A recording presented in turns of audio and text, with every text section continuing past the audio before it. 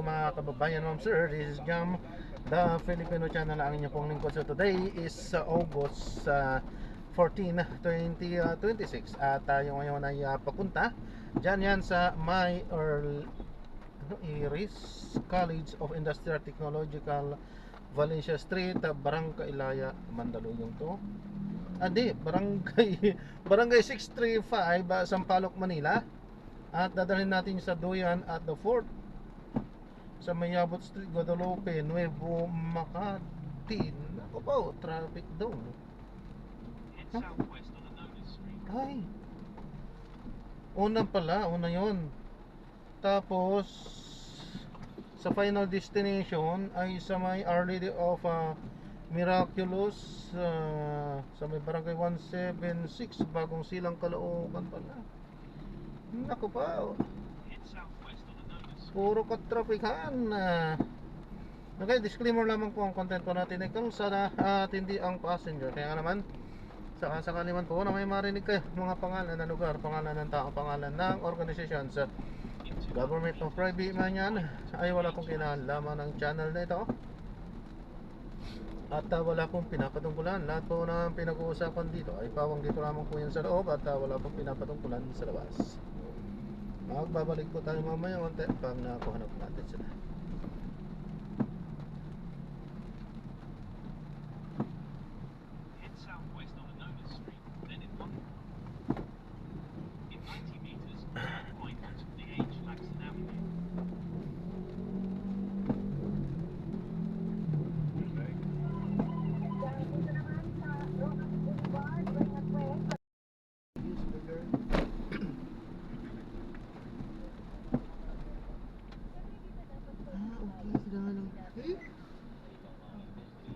Kailangan up to date.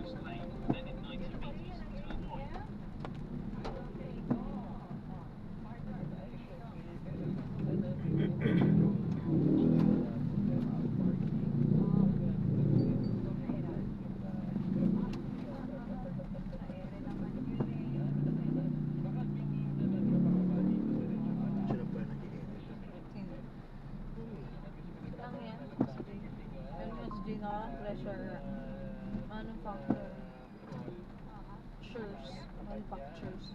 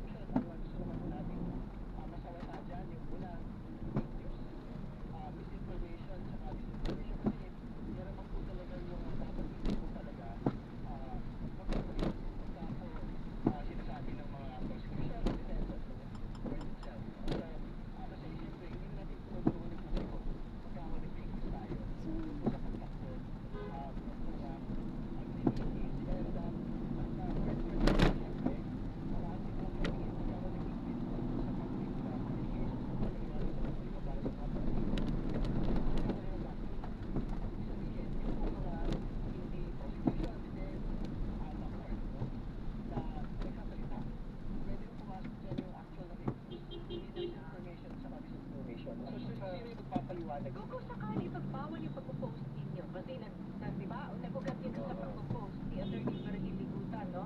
Doon nga sa nakaraang paglilitis. Kung ipagbawal yung pag-post, kahit kayo, pabor ba kayo? Tingin ko naman na hindi naman naabot sa punto na yun. Kasi una sa lahat, kung yung pag-usapan lang ho natin yung kay Atty. Ligutan, hindi nga ho within subjudice yun kasi Hindi naman merito eh. hindi mo siya nagtalakay na merito.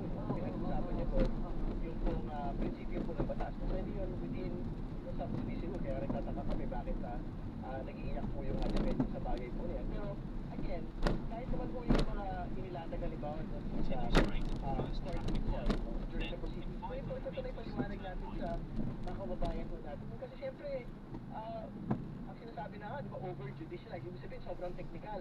Masyadong parang pang-abogado na lang yung pong paglilitis. Dapat mabigyan po ng pagkakataon sa konstitusyon, depensa, at korte mismo. Yan naman yung ginagawa everyday pagkatapos po ng paglilitis, no?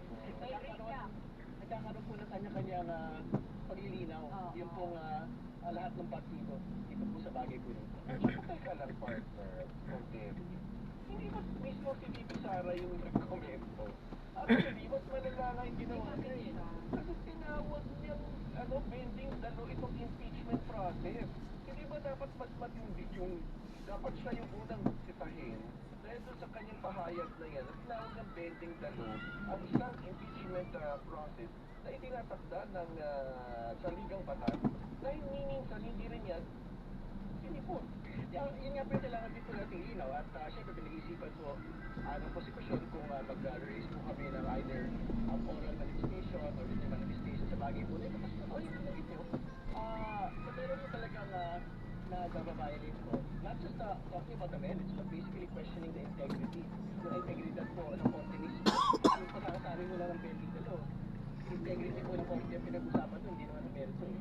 Yan yung dapat po magpaliwanagin. Umati sa Japanese. Yung korte, siyempre, pwede yung ma-raise din, yung po ginawang splicing ng video po ng isa po namin kasamahan. Yung si Chair Panel at Senator Judge po, yung po naglabas po dito. So, I think yung pagkuhan po yung naman po natin talaga dito ay hindi masagkaan yung po magpapaliwanag sa publiko kasi mahalaga eh na masapul po ng taon bayan yung po pinag-usapan sa impeachment. But mapigilan lang po itong pag-spread ng fake news, disinformation dito po sa paglilitis po natin. Doon sa day 15, no? ng week 5 ng impeachment trial, nakatuon sa paglalatag ng mga audit findings, yung paglilitis. So, anong tingin ninyo, Terry, na ilatag ba ng gusto ng prosekusyon itong mga ebidensya, dokumento, no? At sapat na to para sa mag-pruweba yun ng impeachable offense. Well, masaya ko kami doon sa ipinakbo po ng dalawang mga witnesses po ng COA.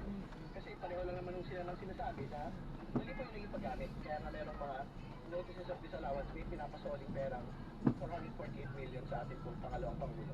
But very important yung pong pinapakita yung posibilidad ng pagkakaroon ng audit.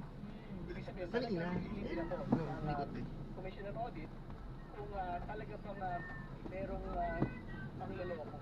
Kasi fraud lang pinag-usapan, pangloloko sa paggamit ng pera ng bayan. So, yan po yung pwede mo natin maantabayan. Hindi na siya ganun talaga. Maraming mo na. Ito po ang paglilitis na ito. Nabukod doon sa notice of disallowance, pwedeng magbukas ng fraud audit ang Commission on Audit. Ginagamit ng depensa yung rason na, teka, on appeal pa no? Yung NP na yan, yung notice of disallowance. So, hindi na dapat gamitin pa muna till sa on appeal pa itong NB para sa impeachment trial nga. Well, hindi rin yung totoo kasi hindi naman po pwedeng pagbanggain yung pong iba't ibang mga proseso tumatakbo. So may proseso ng pananagutan sa ilalim po na po, kaya nagpapasoli ng pera, pero may iwalay na proseso yung impeachment kung saan ang penalty ay pagpaalis ng pwesto. In the same manner, halimbawa, is a grave threat, di ba? Yan naman ang criminal case, yung pagtakbo ngayon. Anong kaso ng ating pong pangalang pangulo sa korte, kasabay din po nito yung grave threats na pagtakbo sa impeachment trial po natin. Kaya nga, wag mo natin na hindi kailangan may mauna, hindi kailangan may mahuli. Pwede hong pagsabayin. Yan pong mga bagay. Na kasi narinig ko kanina halimbawa, yung pong abogado ni Vice President Duterte kanina sa kanya pong panayam. Sabi niya, dapat matapos muna daw yung impeachment trial bago po yung grave threats na criminal. Tanggalin niyo muna siya bilang pangalang pangulo bago tayo mag-usap sa grave threats na criminal case. Pero kung tingin namin, wala naman daw mapasok siya sa security from suit ang ating pong pangalang pangulo sa Pangulo ng Pilipinas na po yun. So, siya pwedeng magtuloy yung impeachment na proceeding on grave threats laban sa kanya at yung criminal proceeding on grave threats laban po sa ating mga Vice President. So, ibig sabihin po, ipaliwanag lang natin. So, bukod sa Pangulo, lahat ng mga impeachable officials, pwedeng kasuhan concurrent habang isinasagawa yung impeachment trial nila. Tama po kasi ang posisyon nila kanina, paano yan? Lahat ng mga impeachable officials, pwede nang makasuhan. Ang sagot ko ron, oo, talaga naman. Kasi ibig sabihin po, yun po paliwanag, ibig sabihin impeachable officials na manaksak ng tao mamaya. Wala nang kulong, wala nang kaso yun. Parang di naman ganun yung itinatadhana po ng batas. Diba? Pagka meron ginawang krimen, dapat mong panagutan sa pinakamaagang panahon. Ay, ito pang isang sinasabi ng depensa. Okay, nailatag na yung lahat, no? Nung mula sa pag-withdraw, yung paggamit, no? Yung may mga fictitious names. Pero hindi rin naman daw nailatag yung sinasabing actual packeting, pagbubulsa, o yung personal use, ay hindi rin naman daw nilatan or pinakanayan pa. Well, totoo naman ho, sa moment na binigay po ng OVP personnel, no? Noong po kay Colonel Lachiga, Colonel Velasco, yung pong pera sa confidential funds, tapos na yung proceed dun eh. Kasi hindi naman ho sila pwede bigyan eh. Yung pong confidential funds, hindi ho sila yung may karapatan mag-disperse ng pera po. Kaya nga, yung po 2023 confidential funds, sa pangalan po, si Colonel Chica po doon sa notice of disallowance po na yun. Kasi nga, pagtingin ng COA, hindi yan dapat nangyari. Walang paglilipat ng pera na naganap sa pagitan ng OVP at ang ibang tao na hindi within OVP. Okay, ano nga asahan natin kung Terry next week sa Monday? Well, syempre, pagtutuloy po ng mga witnesses po natin. So, si Miss Pareha ay isasala po yung taga-Congress para bigyan po ng detalye yung po naging mga committee hearings no, relating po to confidential funds misuse. No? At syempre, kung may isalang na ho sa pinakamaaga, yung po mga hostile witnesses katulad ni Miss Acosta at saka ni Mr. Paharda, hindi mas maganda po yun para makita din ho natin actual na detalye ng pong palitan ng pera. Okay, alright. Abangan natin yan next week. At yung magiging pagpapasya ng impeachment court tungkol nga dun sa kung may kailangan nga bang i-admonish o yung guidelines para nga mabigyan ng guidance itong parehong depensa at prosecution. Kasi nga, parang ano nangyayari? Parang tayo na doon na lang hindi na natin ang pag-usapan doon sa mismo impeachment trial yung merito kung bakit nga ba may impeachment trial. Maraming salamat po, Kong Terry. Salamat. Happy weekend. Alright, siya po si Representative Terry Rido ng Bicol Saro Party List at miyembro ng House Prosecution Panel. Ilang oras sa partner? 25 minuto makalipas na ang ikalima ng hapon. Oras sa tip sa inyo ng Playtime Entertainment. Born for Happiness. O diba yung Alam mo ba ang question of the day? Ano ang mga termino noon na iba na ang tawag ngayon? Meron ka bang Kailangan mo sugurin yan, boy. Hindi ka pagbibigyan dyan. parang kasi I wasn't born yet when Ay, when you talaga talked ba? about those other things. Alam mo, Oo. halika rito. Halika rito. Parang nagpa-practice eh. Oy, pero may nabunod na po na may napili na po tayo. May napili na po tayong pagbibigyan ng charity pa mula kay Melvin Perin ng Quezon City. Ang sagot niya, ang tea na dati ay inumin na matamis, ngayon naman ay chismis. O di mo magkakaroon pa, no? Writer siguro to. Family writer ka ba? Chismosa noon, Marites ngayon. Wala ka ba ang Wala, yun ako naisip eh. Ano? I'm rooting for the Ang dati tito tita, talagang tawag dati sa mga tito tita. Ngayon ay sabihin, majonda na. Hindi ba ano? Uy, tita levels na yan. Di ba, uncle, ganyan? Ang tsaka yan, ate? tito, ayun,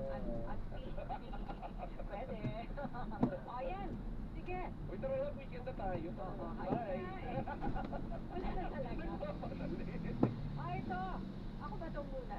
Mapapanood ang Issues Project kasama sila Tony Velasquez at Vika Lasso sa TCMM Teleradio Cable Channel, TCMM Teleradio YouTube Channel at TCMM Facebook page. Nagkabalik natin today. At susunod na sa Radyo Digital TV ang Arangkada Balita sa sina Linya Corpus at Jack Batallones. Mapapanood ito sa BRTV Prime Media Channel 31 at mapapakinggan sa TCMM Radyo Patrol sa Islenta sa Metro at Mega Manila. Happy weekend! Happy Bye! weekend! Anong take mo? Sa TCMM Radyo Patrol sa Islenta at TCMM Teleradyo. Mga balitang kumpirmado, sigurado, TCMM. Talagang pinasok namin na trabaho. Ito yung parang sinumpaan namin. Ito yung gusto namin gawin para sa mga Pilipino, which is magserbisyo. Mukhang nagkakahabulan. Ngayon naman, naghahanda itong mga hanay na Binibigay namin yung balita sa oras na iyon. Binibigay namin kung ano yung totoo. check ano namang pagsabog na nangyari. Ito sa banda ng Recto Avenue. Natakip ng pagiging isang reporter o journalist ang paglilingkod sa bayan. Hindi niya marami-rami itong binunyag si Alcantara. Pero paano ka makatago sa paglilingkod sa bayan? Wala ka pang narinig. Pero ano po ang ginagawa ng DSWD para tugunan ang epekto ng mga nagdaang bagyo at ng habagat? Hindi pwede na sa trabahong ko unahin mo ang sarili. Oo, nandun tayo sa dapat safe ka bilang reporter. Pero most of the time, the stories that needed to be heard aren't the ones coming from your safety zone. So galing sa tuon sa mga parte ng maganda, hindi kaaya-aya. Ilang umaraw, talagang bahagi ito.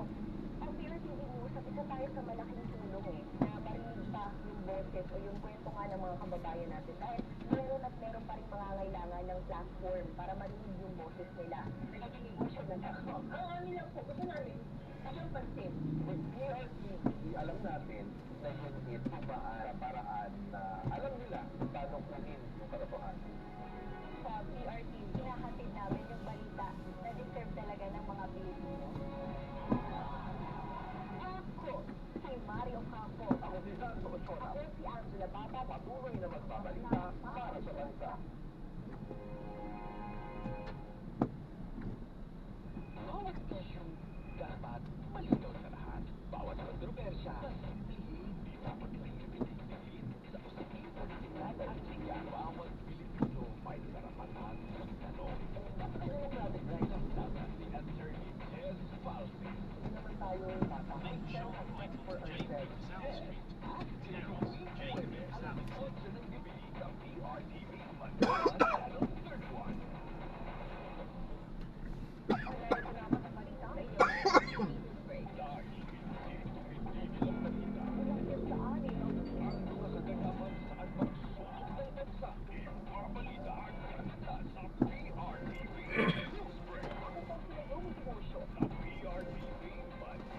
Channel 31. Marami pa tayong pag-uusapan. Exactly. Walang kakalas. Ito na. Start lang at usapang politika. Kayong mga bumabanat sa China, kayo ang tunay na pro-China. Kaya nyo ba yung nanonood ko? Times 4 na, kritok na. Mga Tito Jokes na tumasa. 4 alas sa PRTV Manila Channel 31.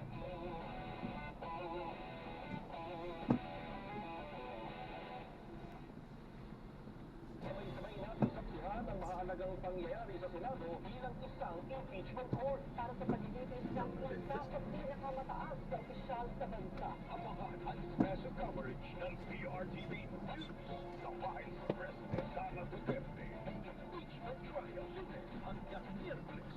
Simulan 9:30 a.m. Mapapanood ng live sa PRTV Manila Channel 31 at sa bayang mapakikinggan sa FMR stations nationwide.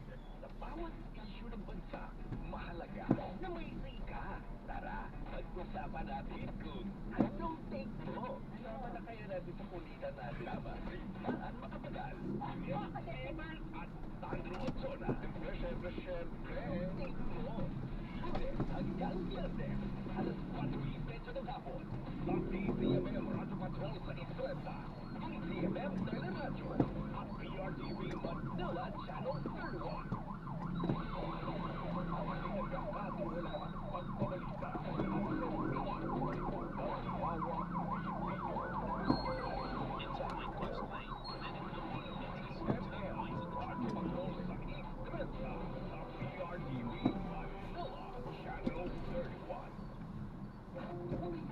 Nagkakatiwalaan pagbabalita.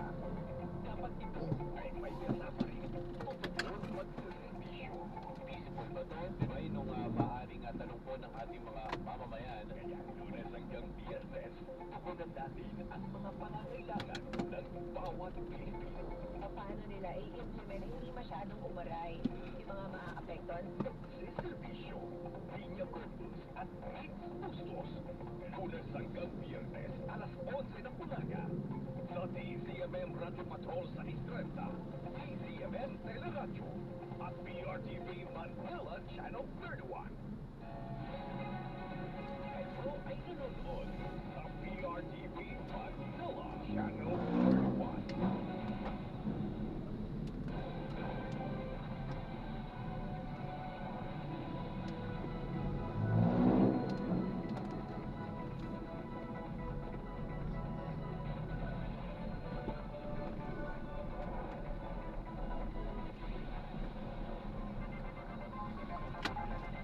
August 14, 2026, Janet. Payday Friday at maulan pa rin. Siguradong matraffic kaya habaan ang pagmensa mga kaarangkada.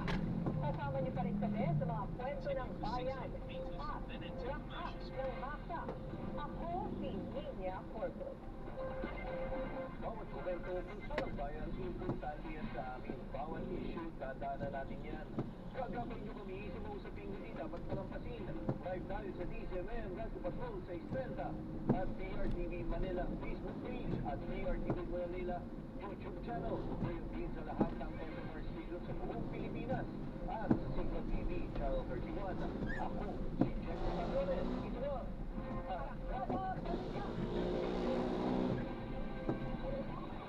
siyam na tripulante ang sumadsad na tugboat sa Zambales na iligtas ng Botolan Response Team. Higit 2 bilyong pisong pinsala sa infrastruktura dahil sa bagyo at habagat na itala ng NDRRMC. May-ari ng Nirena Steel Fabrication sa Davao, posibleng kasuhan ng NBI dahil sa pagpapatakbo ng walang lisensya. Big time oil price hike asahan sa susunod na linggo.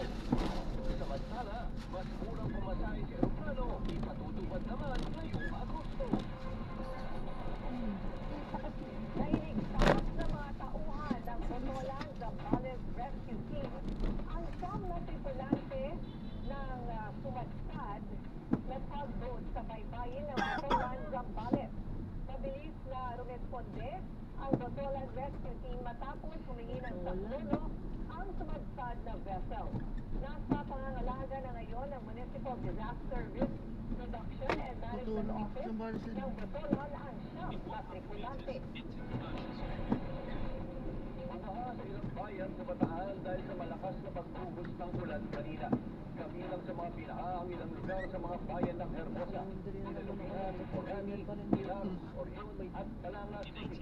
Sa Hermosa, umabot ng 2 hanggang 3 talampakan ng baha sa barangay Almasila. Yun din ang ibang lugar tulad ng Paray Road na hindi madaanan ng mga sakyan.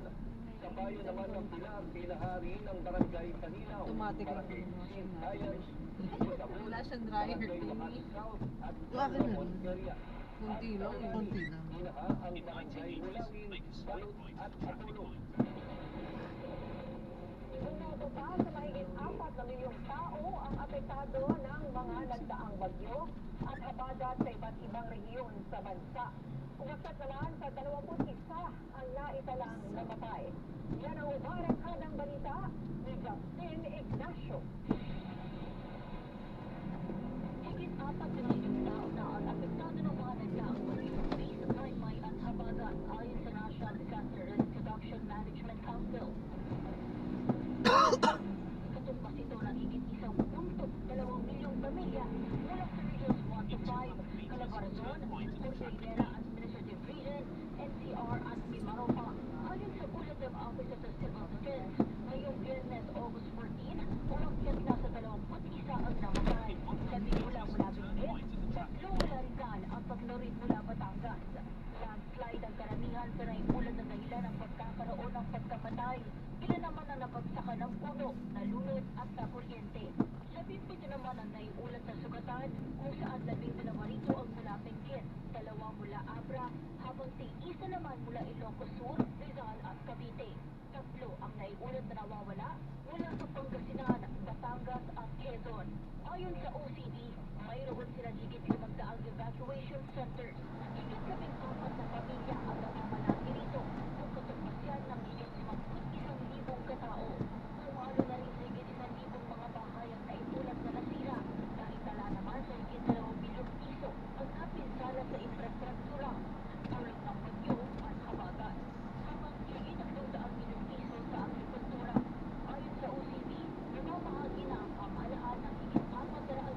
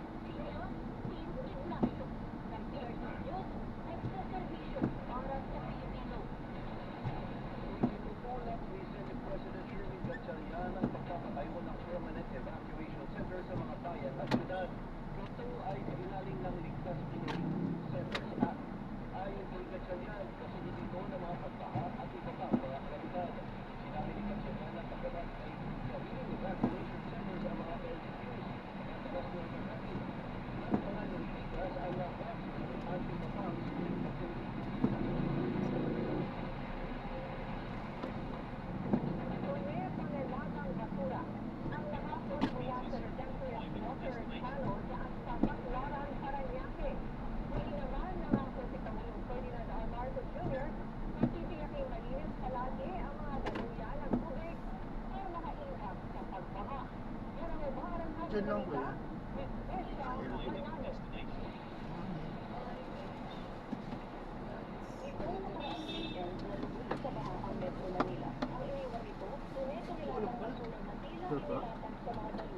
Ganda ba? Dagat ng basura eh. Mismo si Pangulong Ferdinand R. Marcos Jr. nagulat sa dami ng basura. Bumagsak na tubig in the last week is permanent of light as rainfall. Kaya tayo nagkakaproblema dahil sa ganito. Sa paghahapon ng Metropolitan Manila Development Authority, umabot sa 203 tons ng mga basura at debris ang nahapon sa Baclaran River Water Channel sa Parañaque City matapos ang ilang araw na malalakas na pag-ulan dahil sa habagat. Ayon sa Parañaque City Government, katumbas ito ng higit 200 truckloads ng basura na nilinis simula Lunes kasama ang MMDA at Department of Public Works and Highways.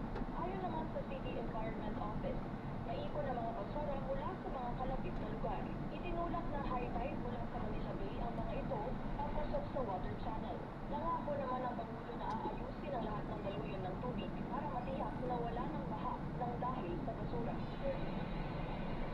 Sa ngayon, malinis na ang Redemptorist Water Channel sa Baclaran, Parañaque matapos iutos ni Pangulong Ferdinand Marcos Jr. ang pagsulong ng whole of government approach para hamutin ang tunay-toneladang basurang naipon sa ilog. Ako si Trisha Manalo ng PRTV News, nagseservisyo para sa Pilipino.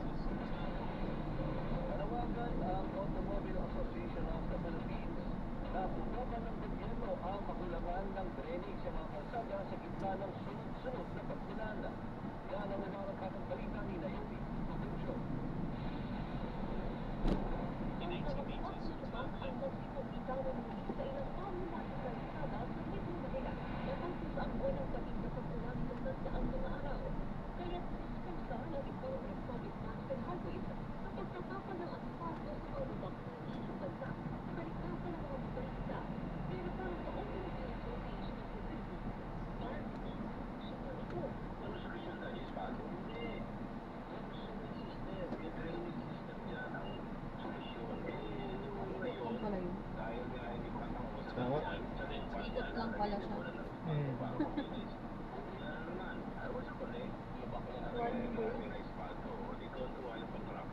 Dapat ikonsiderar ng mga engineer na kung saan ang kalsada na gamitin ang tinatawag na flood mapping para di pa subahain ang kalsada. Mapping lang. O yung ano yung areas na lagi na lang may bumabaha. Dapat na i-consider ng gumagawa na nililinis na yun. Ito pa na yung lugar na ito kalagyan ko na sewage system para may pump out yung tubig na tubig na natili ang tubig sa kalsada. Ang nagiging solusyon ay DPWH.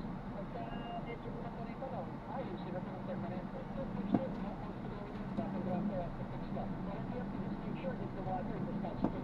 Nag-ikot din kahapon si Igor where Buena City para inspeksyonin ang mga kalsadang natapos sa baba. Inutusan ako ni PBC at sabi na, ikaw, mayor natin. Talaga pilit na to eh. Kaya, Parang hindi driver tong mga to. Kamuti talaga eh. Paano nagkaroon ng lisensya to? Pilit pa talaga eh. Paano nagkaroon ng lisensya yung ganyan?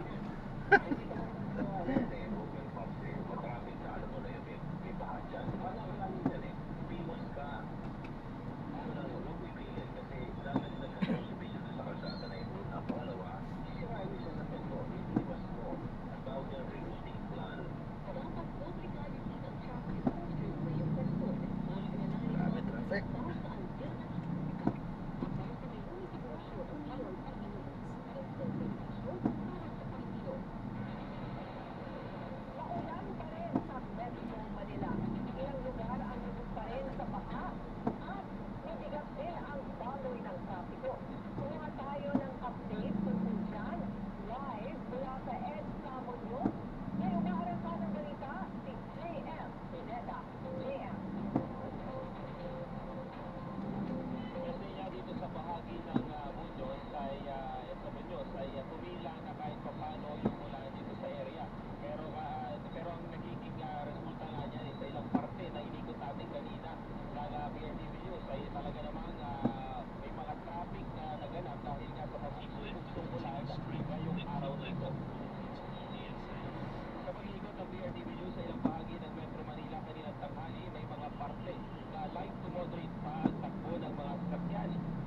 14 kasi nang inanunsyo ng palasyo ang alternative work arrangement para sa mga tanggapan ng gobyerno. Dagdag pa dyan, yung kaunting pagbigat ng trapiko na dahil nga doon sa pagbugso-bugsong ulan simula pa kaninang umaga. Pasado alas 6 kasi nang bumuhos ang ulan at umabot ito hanggang sa tanghali. Huminto lamang ito ng bandang alauna ng hapon pero paampon-ampon pa rin. Bandang 4 p.m. ulit bumuhos ang malakas na ulan.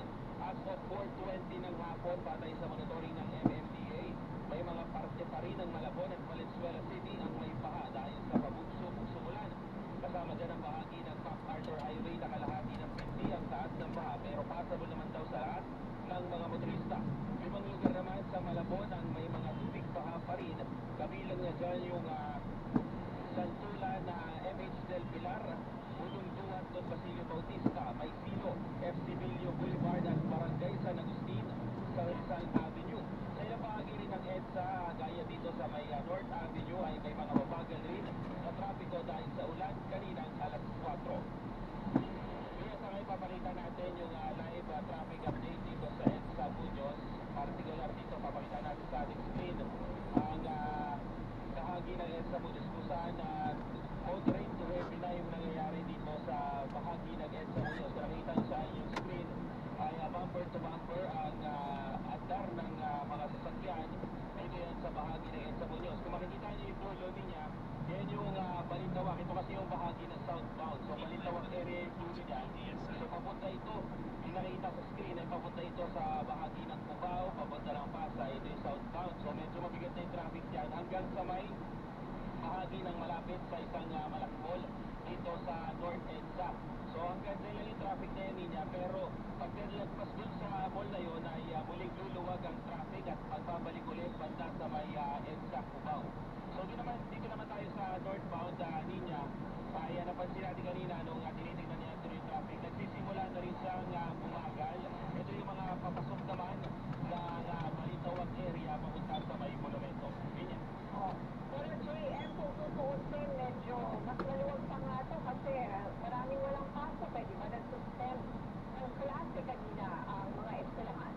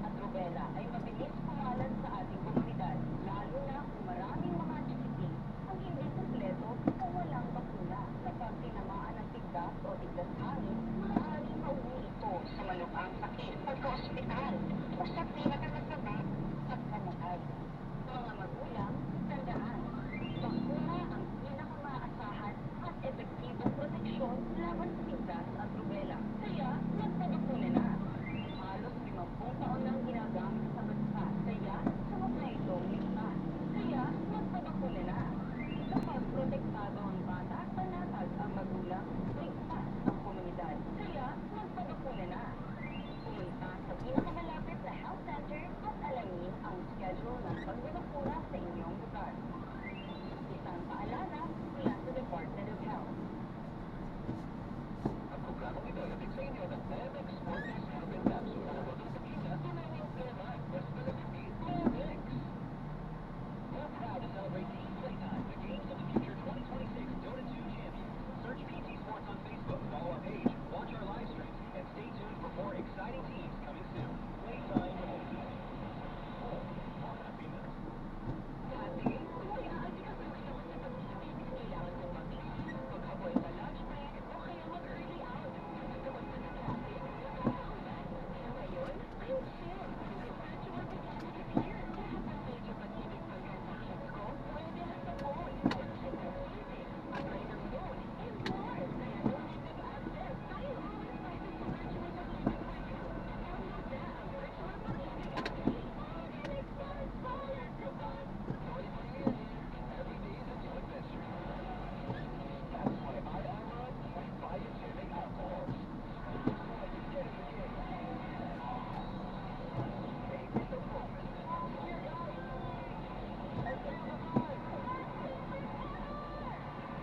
All while staying protected. Armor for adventure with biogenic. Isobutyl alcohol is the generic name of biogenic. If symptoms persist, consult your doctor. Donnie Pangilinan here. Remember to armor up for adventure with biogenic. Isobutyl alcohol is the generic name of biogenic. If symptoms persist, consult your doctor. Meron pa dapat ang balita sa inyong on TV News Break. Hanggang sa 6 ang Ang mga kaganapan sa Alfonso. Itinanggi ng House Prosecution Panel ang aligasyon ni Baguio City Mayor Benjamin Magalong na may mga House Prosecutor na nagkaroon umano ng budget insertions. Kasabay nito, nagbigay rin ng reaksyon ng panel sa aligasyon ni dating DPWH Secretary Manuel Bunuan tungkol sa umano'y leadership fund sa budget. Wala nang umarangkatang balita ni Mari Ocampo. Mga House Prosecutors sa kahit ano pong budget, Walang matayan ayon sa House Prosecution Panel ang aligasyon ni Baguio City Mayor Benjamin Magalong na may mga prosecutor na nagkaroon umano ng budget insertions. Hinamon ni Bicol Saro Congressman Terry Didon si Magalong na pangalanan ang mga mambabatas na sinasabing sangkot, ngunit magpahanggang ngayon wala pa rin na ibibigay na pangalan ng alkalde. Sinungaling si Mayor Magalong, wala pong insertions ang mga House Prosecutors sa kahit ano pong budget, whether for 2026 or whether for 2027. Hindi umano posibleng magkaroon ng budget insertion ang mga House Prosecutors sa 2027 budget dahil kakalapag pa lamang ng National Expenditure Program o NEP. Wala pong deliberation ang House Committee on Appropriations. So paano po magkakaroon ng insertions? Una nang itinanggi ni House Committee on Appropriations Chairperson Congresswoman Micaela Swansing na may nakalaang pork barrel o budget insertions sa pondo dahil hindi pa nakikita o nasusuri ng Kongreso ang nilalaman ng NEP. Samantala, nangangailangan pa ng mas malalim na konteksto ang mga kongresista tungkol sa alegasyon ni dating Public Works and Highway Secretary Manuel Bunoan hinggil sa umano'y leadership funds sa budget. Ito po mga detalye na ito, very important na nabigyan mo ng further details no, ni Secretary Bonoan kasi siya naman po yung nagbulalas ito pong bagay nito, not just for the House, but also for the Senate. Kung totoo man, hahayaan na nila ang mga nararapat na ahensyang imbestigahan ito. Whether the Ombudsman or the Sandigan Bayan should look into, una, confirm whether there is a leadership fund. If there is, what are these particular line items, no? And did you see the line items, was it implemented? Ipinaliwanag naman ng panel na ang mga allocation na nakikita sa bawat distrito ay hindi otomatikong nangangahulugang pera ito para sa mga kongresista. Ang mga ahensya ng executive ang nagpapatupad ng mga proyekto para sa mga distrito. Patay sa National Expenditure Program ayon kay Lanao del Sur Congressman Dia Aloto Adjong. So as to whether or not there are allocations per district, hindi mo naman po para sa mga congressman yan, sa nakaupo mga district congressman, para naman po yan sa mga ahensya na nagde-distribute o nag-implement ng mga proyekto sa mga districts. Ako, si Mario Ocampo ng PRTV News, nagsaserbisyo para sa Pilipino.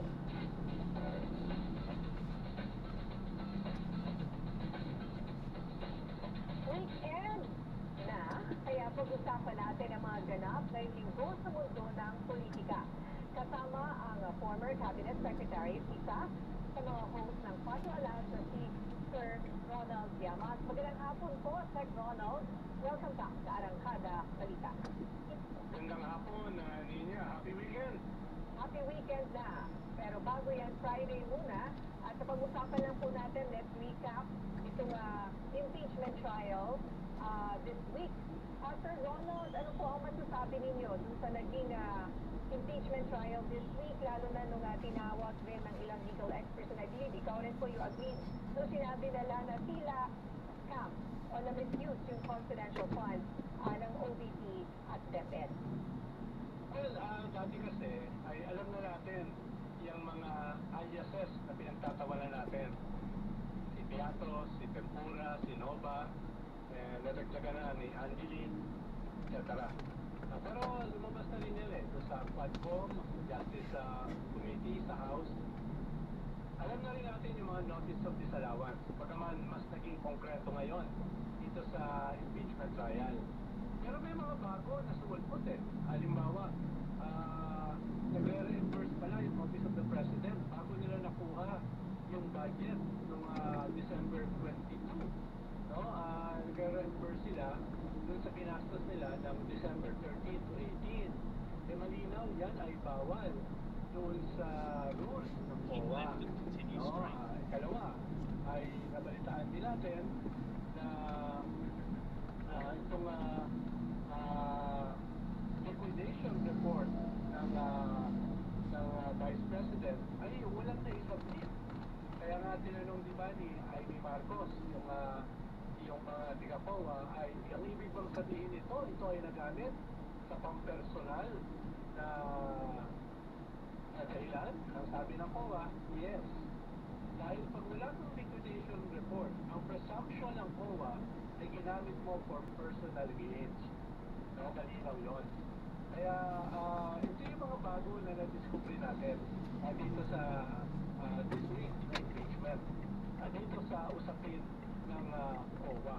At sigurado ko, marami pa tayong i-discovery mga bago next week. Dahil ang ipapatawag na ay yung mga disbursing officer ng DepEd, habang si Vice President ang Secretary ng DepEd, at saka mismo yung disbursing officer ng Office of the Vice President, si Acosta. Kung maalala mo, niya, ito si Acosta ay na-collapse at kinakailangan dalhin sa ospital last year during the Congress hearing.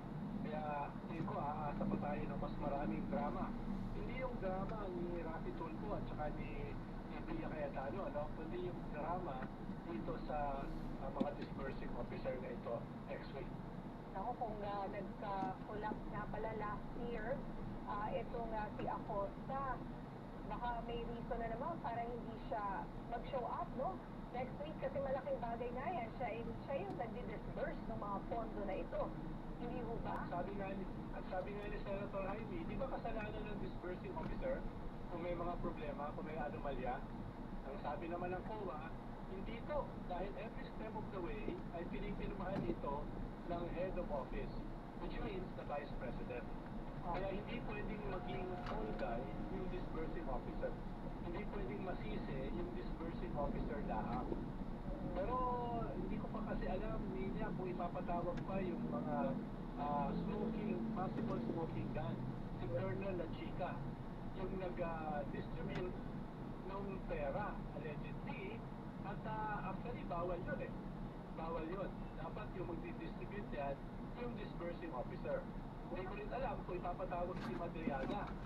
Nag-testify sa Justice Committee sa House na itong intelligence fund ng Office of the Vice President ay hindi naubos ng 11 days lang. Naubos siya ng 1 day lang at isa siya mismo na nag-distribute nito. Kaya asahan pa natin ang mas maraming drama dito sa article of impeachment na ito sa confidential fund. Actually, kung tutuusin, siguro nga, kailangan ng medyo mas madrama nga para mas interesting sa ating mga kababayan. Dahil yun na nga medyo sabi nga po natin, marami sa ating mga kababayan napagod na or na-bore. Sabi nyo nga, bored to death na. Buti na lang nandun si Attorney Lorna Kapungan para, di ba, to make this spicier. Hindi ho ba? Yes, dahil na ito ay hindi lang isang judicial process, isa rin itong political process. So, aasahan natin na performative din ito. At yun yung ginagawang role ni Atty. Kapunan. Nagpapatawa rin siya. Sabi nga niya, di ba, last week, hindi kung ayaw nung aprobahan yung hawak naming AR na evidence, hindi gamitin na lang natin yung ebidensya nyo dahil manonood pa ako ng Odyssey. Yung kagaling Baghiret, tapos sabi nga niya, huwag niyo na akong purihin para naman tong burol. Buhay pa naman ako. Sabi niya kay yung bata na defense lawyer. Tapos sinabi niya, tempted na ako na paluin sa puwet. Itong abogadang ito. So, hindi naman siguro pinababoy ni Atty. Kapunan yung impeachment process, medyo pinapasaya lang niya para yung mga tao ay patuloy na manood. Yun nga, nakita nga natin na sabi nga nila maaaring part talaga ito nung proseso. At kung gusto mong itindihan, sabi nga, if you look at the bigger picture, ay dahil nga po sa kanyang mga spirit, ay mas nanood yung mga tao and hopefully mas lalo silang tumutok dun mismo sa mga mas importante pang part ng impeachment trial. Pero may isa pa, Sir Ronald, na lumutang kahapon yung tungkol sa misleading questions issue. May mga umuna dun sa pagtatanong daw ng misleading at nagkaroon pa nga ng social media post si Attorney Virgin Ligutan at sa Mandiro gagawin daw at apparently mas magiging strict na raw at pagpapawalan na yung mga ganito. Ano pong masasabi niyo dyan? Well, hindi ko sigurado dahil wala naman talagang rules pa sa mga prosecutor at saka ng defense na konkreto at saka malinaw. No? Ngayon siguro baka maglabas na yung presiding judge ng mas konkreto. Pero yung kasi, yung prosecution, hindi naman sila talaga inaasahan na maging neutral katulad ng mga senator judges. Yung senator judges nga, ang tawag sa sarili, neutral, pero hindi naman neutral. Sila yung dapat maging neutral. Yung mga prosecution, talagang one-sided yan. Kaya yung alimbawang na post sa social media, kung bahagi lamang yan, maging one-sided. Ngayon kung yan ba ay may violate na etiquette, siguro yun yung pwede pag-usapan sa Lunes. Pero kung hindi yan ganun kasama, o hindi yan mali. Dahil na, yung mga prosecution ay talaga naman may mga panyan, may mga Facebook yan, meron naman talagang social media yan. At wala naman sinabi sa kanila, at least for now, kung ano yung bawal at ano yung pwede. Kung sakali na maglalagay sila ng rules sa Lunes, then hindi siya dapat retroactive. Hindi dapat gamitin yan lamang din Attorney Ligutan. And tandaan nga po natin yung latest of the survey. Doon nga po sa pinakahuli na survey nila, lumabas dito sa hypothetical tandem round ni Mayor Lenny Robredo at Senator Rafi Tulfo ay dikit o nanguna pa raw laban sa Sara Duterte ay Marcos tandem. Ano ang totoong sinasabi ko sa tingin nyo dito sa realidad ng politika natin ngayon? Posible ba talaga ang isang Lenny Rafi alliance? O magkaiba ang kanilang political basis?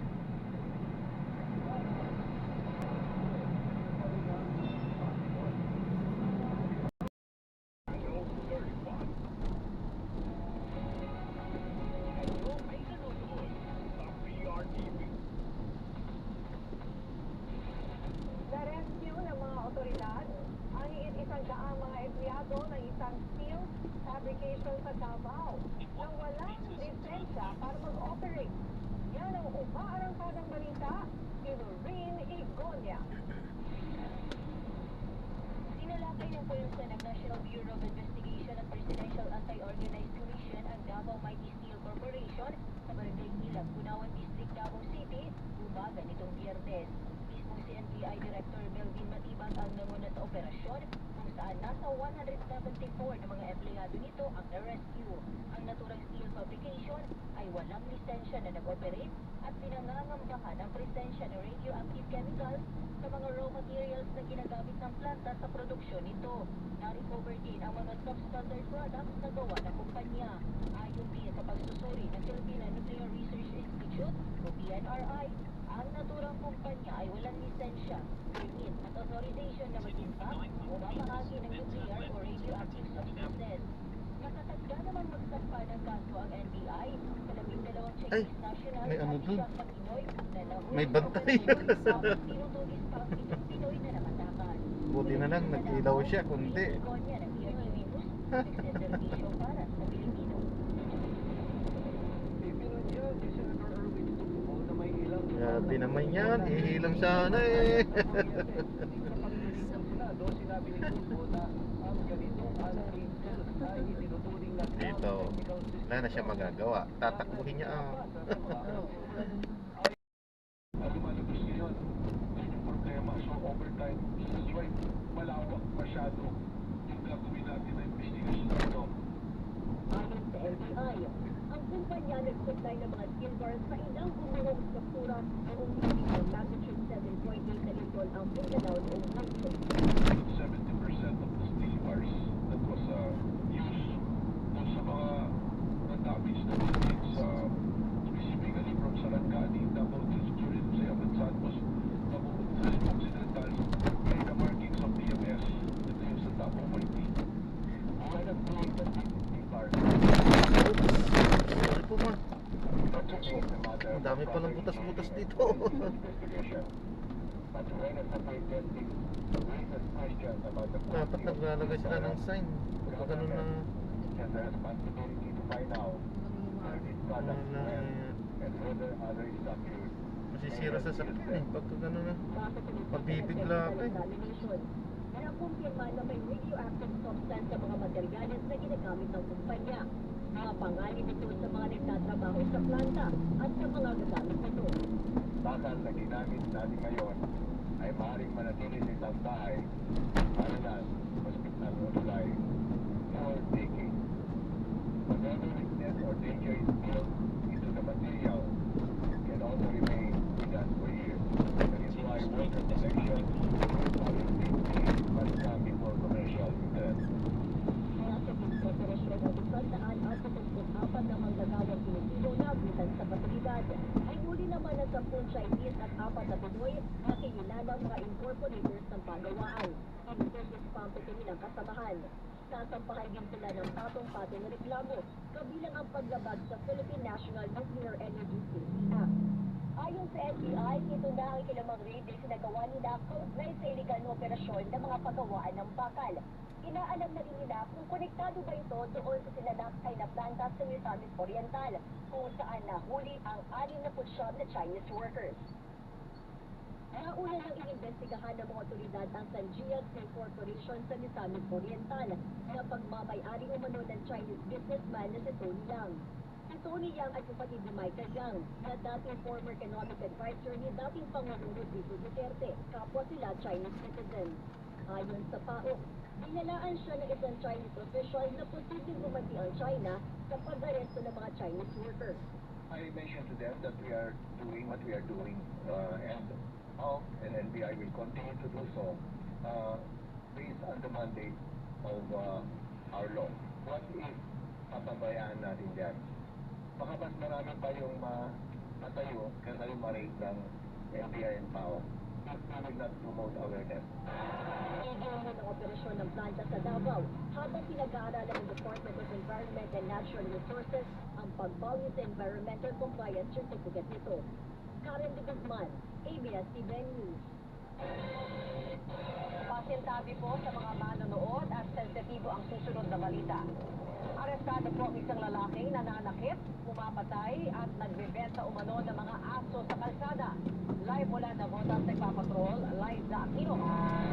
Liza, saan naaresto ang suspect?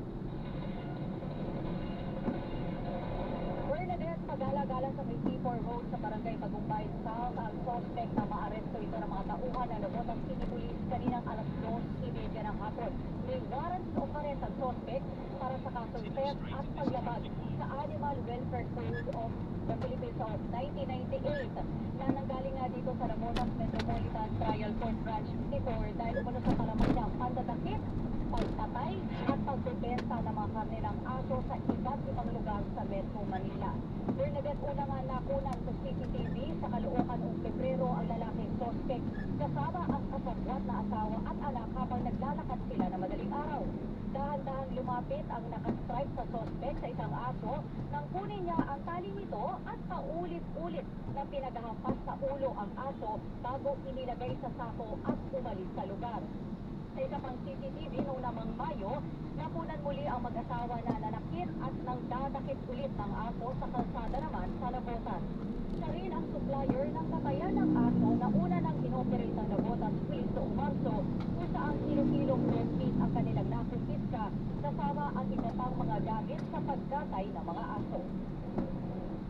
According sa kanya, during our interview sa interrogation na rin, dinadala niya itong mitlog sa binabagsak niya raw impagdo tsaka sa timagdo.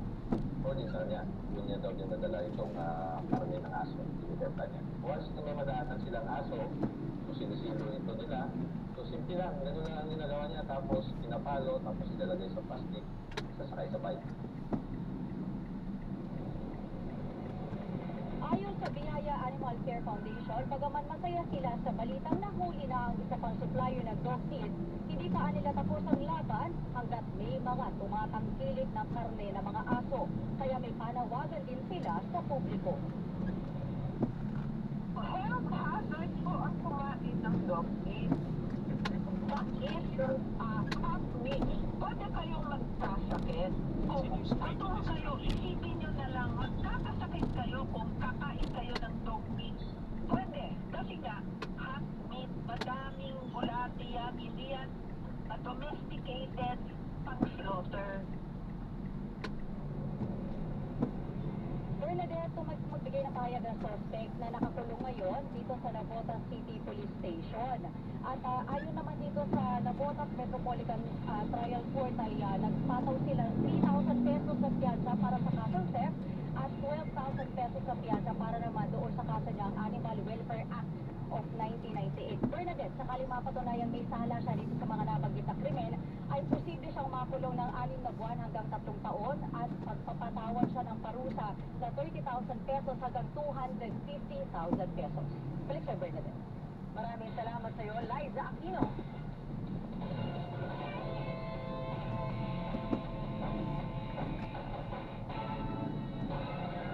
Red, sino na ang makakalaban ni Alex Ayala sa kanyang Cincinnati Open debut? Alvin, si Elena Gabriela Rusey ng Romania ang makakarap ni Alex Ayala sa round of 64 ng Cincinnati Open. Samantala, hindi man nagkampiyon ng Pinay tennis star sa Canadian Open sa Toronto, nag-iwan naman ng di malilimutang tatak ang Ayala Mania sa torneo. Nagpapatrol, Dayan Castillion. Hindi inaasahan ng organizers ng Canadian Open sa Toronto kung gaano kalakas ang impact ng Pinay tennis star Alex Ayala sa fans. Ayon kay Tournament Director Carl Hill, ngayon lang sila nakakita ng ganitong klase na mania. Nagdulot ng isang babaeng player sa kanilang torneo. Yeah, it was just unprecedented. You know, we've never seen anything like that in Toronto before. We saw the momentum build from February in Doha and over the past year, and it really culminated in the week of which every match she played is sold out. Pinuri ni Hill ang magandang pakikitungo ni Alex sa fans. She was just so engaging with her fans and the community. It was really beautiful to see her, you know, so loyal to her fans. Kapansin-pansin din niya ang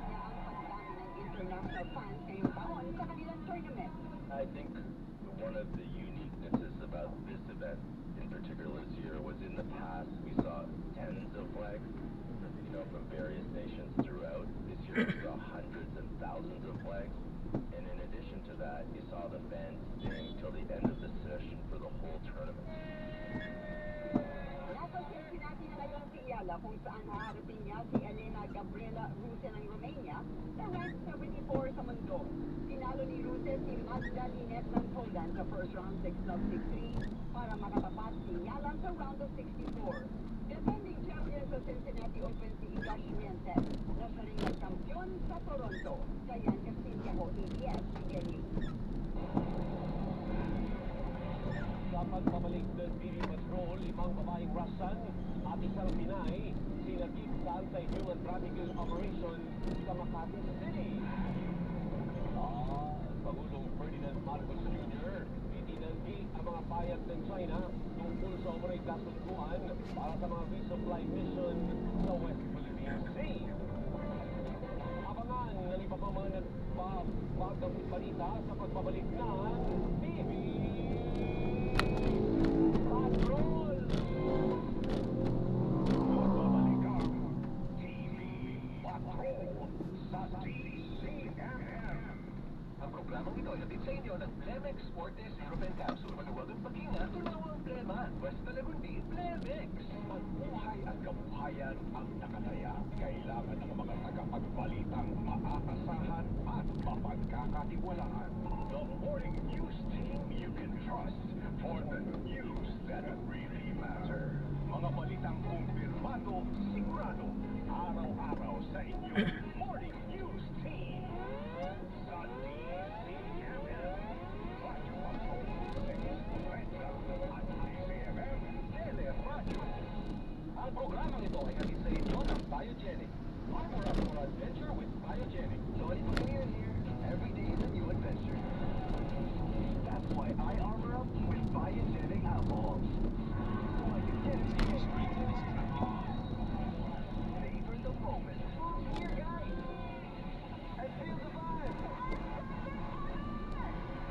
All while staying protected.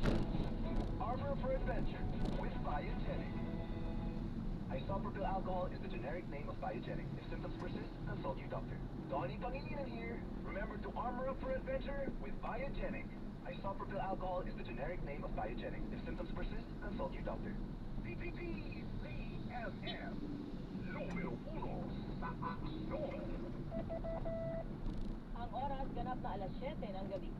Ang oras ay hatid sa inyo ng Blemex Forte Zero Pen Capsule. Maluwagang paghinga, tulawang plema. Basta lagundi, Blemex. Hatid sa inyo ng Playtime Entertainment. Born for happiness. Kahit may edad na kami, masigla pa din. Freelance activities on the go. Dahil sa healthy lifestyle at tulong ng Artrisin. Para sa mga active adults, may Artrisin. Ang Artrisin ay under-nature type 2 collagen at MSM. Kasama ng proper diet at exercise, maaaring makatulong ang Artrisin. Let's go! Make your move, baby.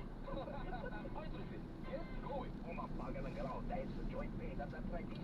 Mag-Artrisin. Mabibili ang Artrisin sa mga leading drugstores nationwide. Halagang paalala ang Artrisin ay hindi gamot at hindi maaaring gamitin panggamot. Ano ang We're proud to celebrate these good times. Names of the future 2026 Dota 2 champions. Search PC Sports on Facebook, follow our page, watch our live stream, and stay tuned for more exciting teams coming soon. Play fun and entertainment. for happiness. Bago pa man sumikat ang araw, bago kaya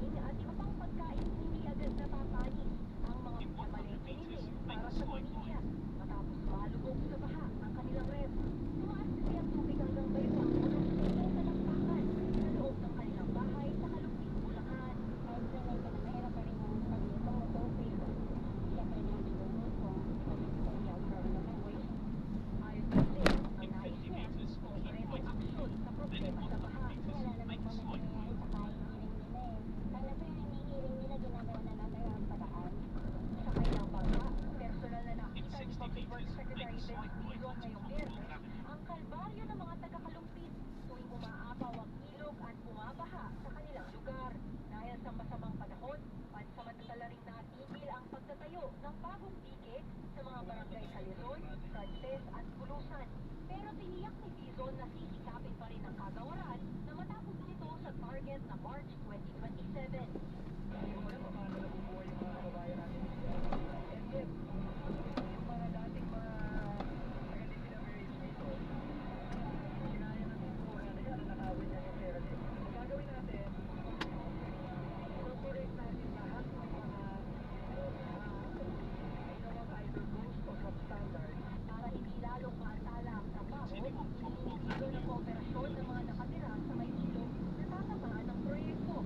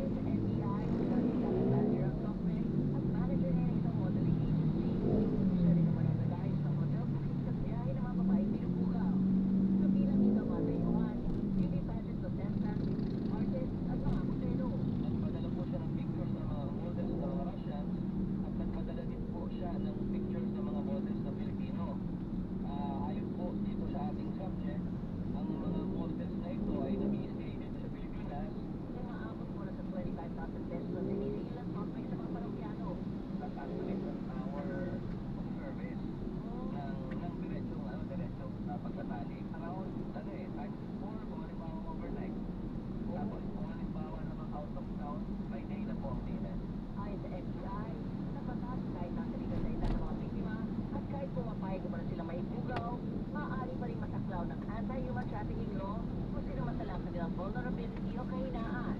Ang mga victim po natin, particular po yung mga national, dahil wala silang pagkakataon magtrabaho, dahil wala naman silang working permit. Nasa protective custody na ng Makati City Social Welfare and Development Office ang 6 na nagsagip para sa kaukulang intervention. Kung hindi naman magsalita ang suspect tungkol sa paratang laban sa kanya. Walay motel, pero ay pinupukaw niyo po sila. Totoo ba yun? At naharap ang suspect sa kasong paglabag sa Expanded Anti-Trafficking in Persons Act of 2012. Si Ana Broso, ABS-CBN News. Nasunog ang isang bodega sa barangay Bagong Ilog sa Pasig City. Ayon po sa Bureau of Fire Protection, nagsimula ang sunog pasado alas 9 nitong Webes ng gabi. At dahil highly combustible materials umano ang nasa loob ng warehouse, agad na itinaas ang third alarm ng sunog. Kinailangan pang gumamit ng breathing apparatus sa mga bumbero dahil sa tindi ng usok. Kwento po ng mga empleyado, nag-brown out muna hanggang sa may nakita na silang usok sa kalapit na warehouse. Tinangkapan nila kapulahin pero lumaki na agad ito. 6 na empleyado kasamang isang security guard na pawang stay-in ang nailigtas. Tumagal ang sunod ng mahigit 5 oras bago tuluyang naabula. At tuloy pang iniimbestigahan ang sanhi nito at ang kabuuang pinsala.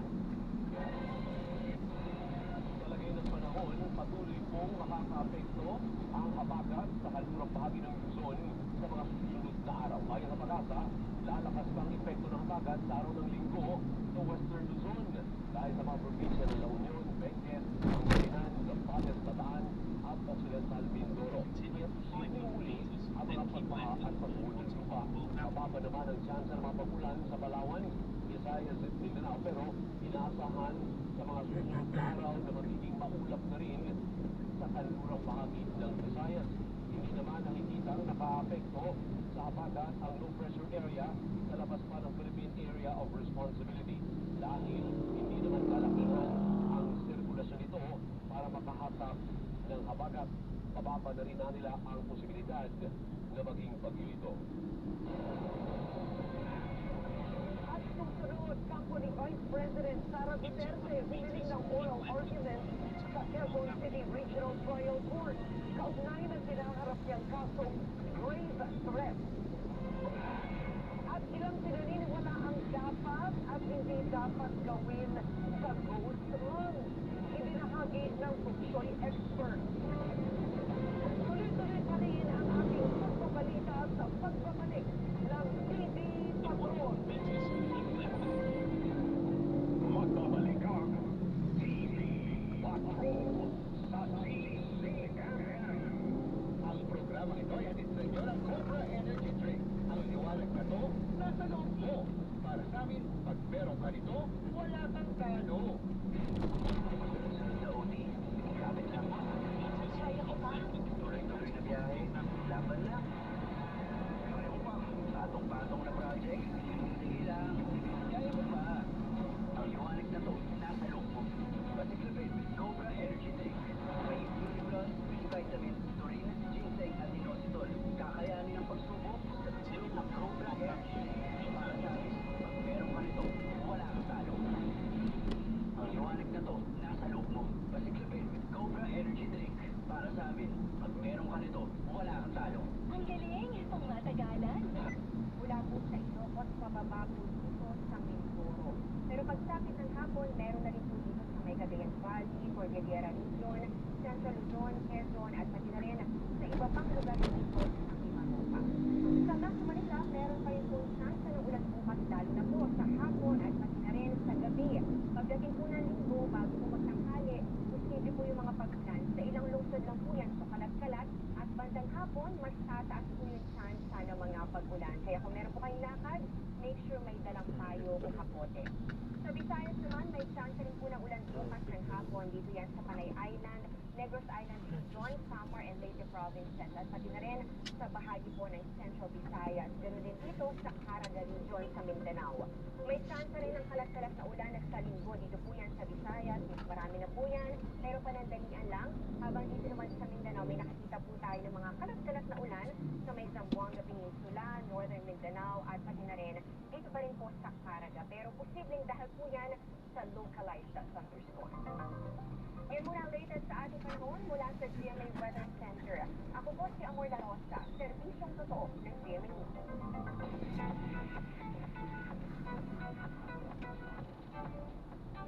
Aside from fulfilling her role as Mrs. Ko, mas naging purposeful at willful daw si Bea Alonzo. Busy man, iniingatan niya ang sarili para healthy sa pagpapalaki ng future kids. Makichika kay Nelson Gata. Marami ang kinilig sa mga kwento ni Bea Alonzo sa 24 oras na gabi at marami pa siyang na-share sa kanyang paglabas sa publiko after ng secret wedding nila ni businessman Vincent Ko. Sa media conference hosted by Sparkle artist Latina Chan, naikwento ni Bea na marami ang nagbago sa sarili niya. Siya yung nagbago ang kanyang civil status.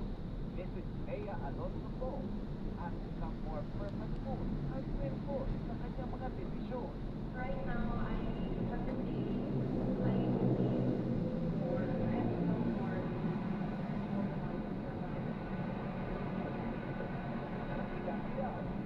So before, I would resort to like a quick fixes or the basic beauty trend or fitness trend. Right now, I invest more in the secret now.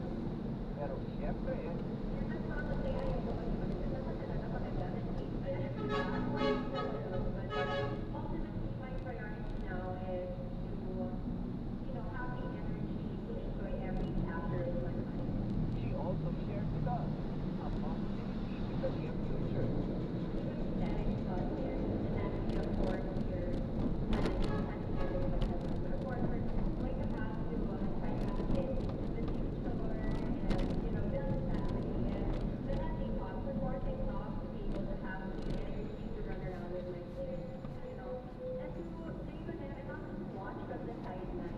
Baka si Bea hindi lang ang saya kundi pati na ang pagiging optimistic sa pagharap sa kinabukasan. My headline would be just getting started.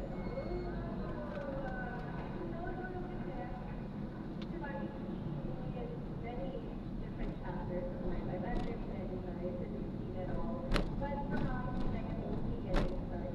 I'm so excited for what's to come both personally and professionally. And I know that there is so much life that I still need to experience. So yeah, I'm just getting started. It's safe to say, there's no stopping Bea lalo na sa kanyang mga plano para sa kanyang career. Right now, siguro, September was very important. And I still have other opportunities that I'm being open Continue straight to this traffic light. meron kaming pagtatong tuloy, but right now I'm really just happy to be where I am. Nelson Catlas updated sa Showbiz Happening. At abangan, 5 flood control structure sa Pales nawasak ng nagdaang bagyo at habagat. At bahay ni Kuya muling magbubukas. Kayo na ba ang hinahanap niyang bagong housemate? Yan, ano ba pang mga balita sa pagbabalik ng 24 oras? GMA Super Radio DZBB Balita Totoo. Ang puso ang pagkakatapat namin sa inyo mga kapuso para sa inyong actival and support. Sa first half ng 2026, GMA pa rin ang maikinig sa kapantawa at pinakapaginaw na instruksyon sa bansa ng 115 stations nationwide. Dahil sa inyo, number 1 tayo sa ratings sa buong Pilipinas. About 26 out of the top 30 programs na Nielsen Idol shows sa online GMA Network ang number 1 media company in the world sa tubular season 4 with over 7.5 million video views on Facebook, Instagram, TikTok, and YouTube. Tayo rin ang media network sa bansa na may highest total engagement with over 462 million total engagement sa Facebook, TikTok, Continue straight to this traffic sa light. inyong patuloy na pakikinig sa radyo. Ayon sa Nielsen, number 1 radio station ang Super Radio DZBB at number 1 FM station naman ang Barangay LS 97.1. Kaya asahan nyo ang patuloy naming pagbibigay ng exciting at thrilling na mga programa para sa inyo. Ito ang GMA, isa sa puso ng Pilipino. DZBB, Balitang Tama, Balitang Totoo. Nagap tayo ng report mula kay Tuesday ni Tuesday. Naniniwala si Pangulong Ferdinand Marcos Jr. na mahalaga ang malaya, independent at responsable sa mamamayan sa pagpapatibay ng demokrasya at tiwala ng publiko. Sa kanyang talumpati sa tinanungang presidentong plasma ng Foreign Correspondents Association of the Philippines sa POCOPA, sinabi ng Pangulo na magpatuwag ang pamahalaan at media sa tulong ng transparency at good governance. Ayon sa Pangulo na nakasili ang kanyang panindigan na tungkulin ng presidente ng ipagtanggol ang press freedom at hindi ito pagyakin. Binigyan din ng Pangulo ang mga nagsagang labanan ng fake news, misinformation, at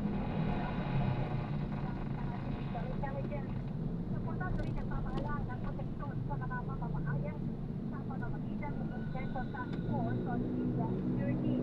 Binanggit din ng Pangulo ang mga hakbang ng pamahalaan para protektahan ang mga bata laban sa mapanganib na online content na bilang pagpalawak ng digital literacy at pagpapalakas ng cybersecurity. Samantala dito sa Luzon, wala nang mula sa katulungan yung mga taong naglalakad dito sa kahabaan ng Education Avenue ay sarado na ang mga pinakit na payo. Ako si Station Unit Generation sa Radyo ng DWB ay isang totoo. DWB, Balitang Totoo.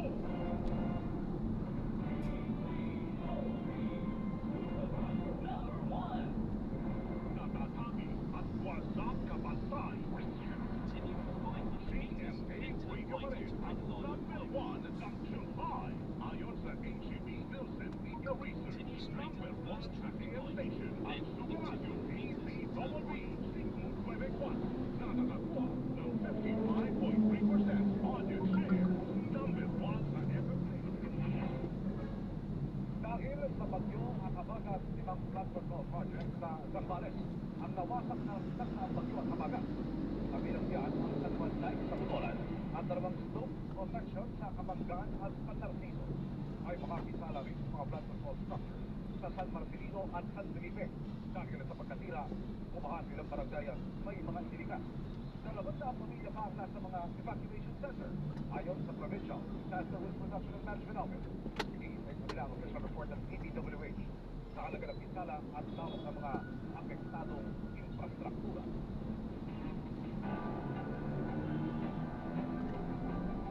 In 100 meters, turn right onto Regalado Highway. Pagdating sa pagtulong, walang maliit o malaki, basta bukal sa puso ang pagmamalasakit. Yan ang ating nasaksihan tuwing ako'y nagdiriwang ng kaarawan sa Sagip Dugsong Buhay Blood Testing Project. Dito lamang August 8, nakalikot tayo ng 1,462 blood bags. Kaya, taos-puso po akong nagpapasalamat sa lahat ng nakita para maging matagumpay ang proyekto nito. Sa loob ng 15 taon, nag-donate ng tubos si Raymar. Hindi lang ito Continue on Regalado Highway for 2 kilometers. ng kanyang pasalamat sa Diyos. Para ipakita ko rin yung kakayanan ko na makatulong hindi man sa financial na bagay, hindi man sa material na bagay, kundi kung anong meron ko ako. Sa tuwing sasabi ng aking kaarawan, masaya akong masaksihan ang malasakit sa isa't isa ng bawat bayanin sa puso. Sa loob ng 3 dekada, marami tayong nakilalang bayan sa puso na patuloy na sumusuporta sa ating Sagip-Dugsong Buhay Blood Testing Project kasama ang Philippine Red Cross sa Quezon City. Isang community mall. So, karamihan ng ating walk-in customers dito ay na-encourage sila mag-donate. Sabi niya dyan, ikaw na 40 pesos lang nakapag-donate ng dugo. Ngayon, 62 taong kulang na siya at patuloy pa rin ang panatang makapagdugsong buhay ng iba. Sabi ko sa Red Cross, hindi naman ako nakahingi. Kaya simula nun, pinangako ko na magdodonate ako sa Red Cross hanggang kaya hanggang buhay ako. Pero salamat, binigyan parangal natin ng blood colonies gaya ni Raymar at Conrado. Nakitayan ang ilang tutulong. May suporta rin sa ating blood donation drive ang Universal Market Brotherhood. The first time we joined, ito, gusto namin talaga makatulong. Abutin lang natin yung CMA. Yung servisyong totoo lamang, magbigay rin tayo ng pagkain. Yan ang asya. Dagdag ng Pangulo, tuloy-tuloy pa rin ang mga diskusyon tungkol sa posibilidad ng joint oil and gas exploration project ng Pilipinas at China at ibang bansa. Ayon kay Marcos, patuloy na pinagtatrabahuhan ng pamahalaan ang pagpapababa ng presyo ng mga pangunahing bilihin sa gitna ng krisis sa langis dahil sa giyera sa Iran. Ipinunto naman ng isang mamamahayag na mas marami sanang paggastos ang bansa kung nabayaran ng pamilyang Marcos ang nasa mahigit 200 bilyong FD ng kanilang pamilya. I have neglected some of my duties as co-executive because I've been very busy with all the things that the president is busy with. I don't really sit in on meetings and I don't really concern myself with that. So that time, Continue that's straight something that I first spend traffic time. light. Like I said, Then it's a in 1 family kilometer, matter. turn left. Which pales in importance in comparison to what I have to do in my day-to-day work. The matters of state and governance are 1,000 times more important than any family matter. In fact, I would say 113 billion times more important. Giit din ni Marcos, hindi na umano dapat na tawaging nakaw na yaman ang ilan sa kanilang mga ari-arian. The reason we won those civil cases because they were proven to be not ill-gotten wealth. And to characterize them as ill-gotten wealth, I have to respond and say, kaya nga kami na natin dahil napatunayan namin na hindi ito ill-gotten wealth. Sa nalalapit na pagtatapos ng Administrasyong Marcos, sinabi ng Pangulo na ang legacy na nais niyang iwan ay ang pagbabalik ng tiwala at kumpiyansa ng publiko sa gobyerno. We're not just custodians. Now, the government is your partner, hand in hand. If I can do that, if I met with even some success to do that, then I will say that we have done a reasonably good job. At may 2 taon pa siya para pagtrabahuhan ito. Katrina Domingo, ABS-CBN News. Sa ibang balita naman, muling nabahagi ng tigsa 10 kilong bigas si First Lady Liza Marcos sa mahigit 2,000 senior citizen sa STI West Negros University sa Bacolod City. Ito'y sa ilalim pa rin ng Bawat Bayan Makikinabang Program kung saan makakatanggap ang mga benepisyaryo ng libreng bigas kada 4 na buwan. Ayon sa unang ginang, layo ng programang magkaroon ng sapat na pagkain ang bawat Pilipino sa kanilang hapag. Dumalo naman si Pangulong Ferdinand Marcos Jr. kasama ang First Lady sa opening ng Presidential Photojournalists Association exhibit sa Likang Filipino International Trade Center Complex. Tinanggap ng Pangulo ang handog na photo mosaic ng mga miyembro na nagtatampok sa kanyang mga programa at aktibidad simula nang manuklog siya sa pwesto noong 2022. Sinimulan ng Sandigan Bayan 3rd Division sa September 3 ang pagdinig sa petisyong makapagpiyansa sina Senador Rotante Marcoleta, dating Congressman Mike Defensor at 2 negosyante. Humarap ang 4 na akusado sa anti-graft court ngayong Biyernes para sa free trial ng kanilang kasong plunder. Kaugnay na umano'y hindi pagdeklara ni Marcoleta sa tinanggap niyang 75 million pesos na campaign donations. Ayon sa anti-graft court, bibigyan ng pagkakataon ang prosecusyong ipakitang malakas na ebidensya laban sa mga akusado. Sisimula naman ang pagpiliti sa kaso sa October 8 samantala. Sumiklab ang sesyon pagkatapos ng free trial sa pagitan ni Defensor at ng ilang tauhan ng BJMP dahil pinigil mo siyang magpa-interview sa media. Nauna nang sinabi ni Defensor na sila pa ang naunang ikinulong ay sa mga sangkot sa mga anomalya sa proyekto kontrabaha. Ibinalik na sa Quezon City Jail sa Payatas, Quezon City si Defensor at mga kapwa-akusado.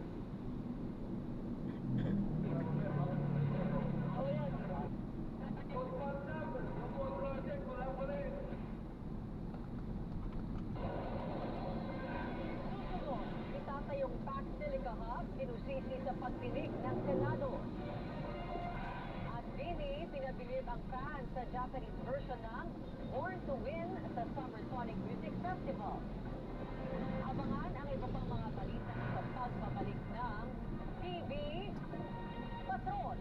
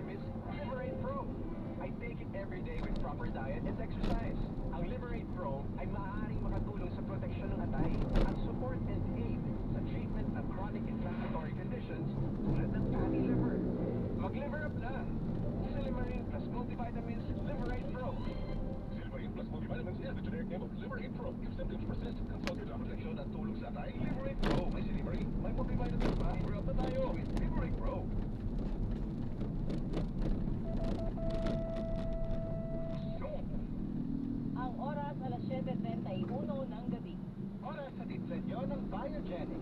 Armor up for adventure with Biogenic. TTTCMM. Numero 1 sa aksyon. Ang tanong, alin ang totoo? Alin ang palusot? Ito, hindi lang basta pinakikinggan, pinag-iisipan, hinihimay ang mga bagay-bagay. Tony Velasquez sa Issues Spotted. Lunes hanggang Biyernes, alas 5:30 ng hapon. Eksklusibo sa DZMM Number 1. Kabalikot.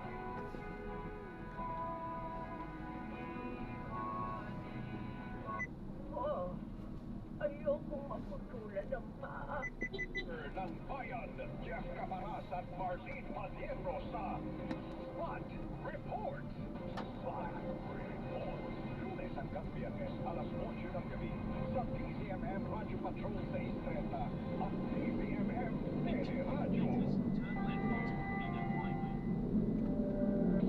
Pinakasariwang mga balita, tapatang talakayan. Ang mga pinakamainit na issue ng bayan, tatalakayin kasama ang witty tandem ng bayan, Peter Musni at Miguel Lasso.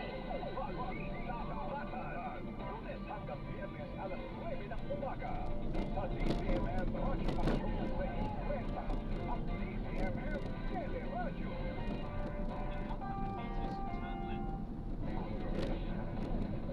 Ang tunay na pangyayari sa ating bansa, dito mo matutuklasan. Hatid nila Christian Yosores at Victoria Tulad. Sabado at Linggo, alas 6 ng umaga sa DZMM Radio Patrol 630 at DZMM Teleradio. Balitang kumpirmado, sigurado. DZMM Radio Patrol 630. Patrol sa DZMM at DZMM Teleradio.